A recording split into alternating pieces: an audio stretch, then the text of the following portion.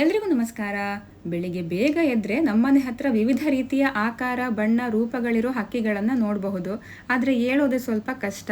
ಹೊರಗಡೆಯಿಂದನೇ good morning ಹೇಳ್ತಿದ್ದ ಹಕ್ಕಿಗಳಲ್ಲಿ ಒಂದು ಹಕ್ಕಿ ದಾರಿ ತಪ್ಪಿ ಮನೆ ಒಳಗೆ ಬಂದ್ಬಿಟ್ಟಿತ್ತು.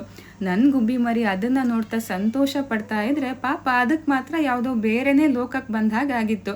ಕಿಟಕಿಗಳನ್ನೆಲ್ಲ ತೆರೆದಿಟ್ಟು ಅದಕ್ಕೆ ಟಾಟಾ ಬಾಯ್ ಬಾಯ್ ಹೇಳಿ ತಿಂಡಿಗೆ ಅಂತ ನಮಗಿವತ್ತು ನೀರು ದೋಸೆನ ಮಾಡ್ಕೊಂಡಿದ್ದೆ. ನನ್ನ ಮಗಳಿಗೆ ಒಂದು ಟೈಮ್ ರಾಗಿ ಸರಿನ ಕಂಪಲ್ಸರಿಯಾಗಿ ಮಾಡಿಕೊಡ್ತೀನಿ. ಅದಕ್ಕೆ ಒಂದೊಂದು ಸಲ ಬಾಳೆಹಣ್ಣು ಅಥವಾ ಖರ್ಜೂರ ಅಥವಾ ಬೆಲ್ಲದ ಪುಡಿನ ಹಾಕಿ ಕೊಡ್ತೀನಿ. ಊರಲ್ಲಿದ್ದರೆ ಮದುವೆ, ಪೂಜೆ, ನಿಶ್ಚಿತಾರ್ಥ, ಗೃಹ ಪ್ರವೇಶ ಅಂತ ವಾರಕ್ಕೊಂದೆರಡಾದರೂ ಅಕ್ಕರೆ ಕರೆಯೋಲೆ ಇರುತ್ತೆ. ಯಾಕೆ ಈ ಭರ್ಜರಿ ಊಟನ ಮಿಸ್ ಮಾಡ್ಕೋಬೇಕು ಅಂತ ನಾನು ನನ್ನ ಮಗಳು ಇಬ್ಬರು ಹೋಗಿ ಫಂಕ್ಷನ್ನ ಅಟೆಂಡ್ ಆಗಿ ಬಂದ್ವಿ.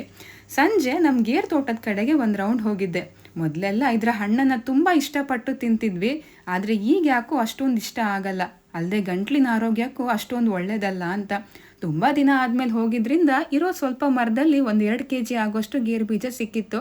ಇದನ್ನು ಕೆಂಡದಲ್ಲಿ ಸುಟ್ಟು ತಿಂದರೆ ತುಂಬಾ ರುಚಿಯಾಗಿರುತ್ತೆ.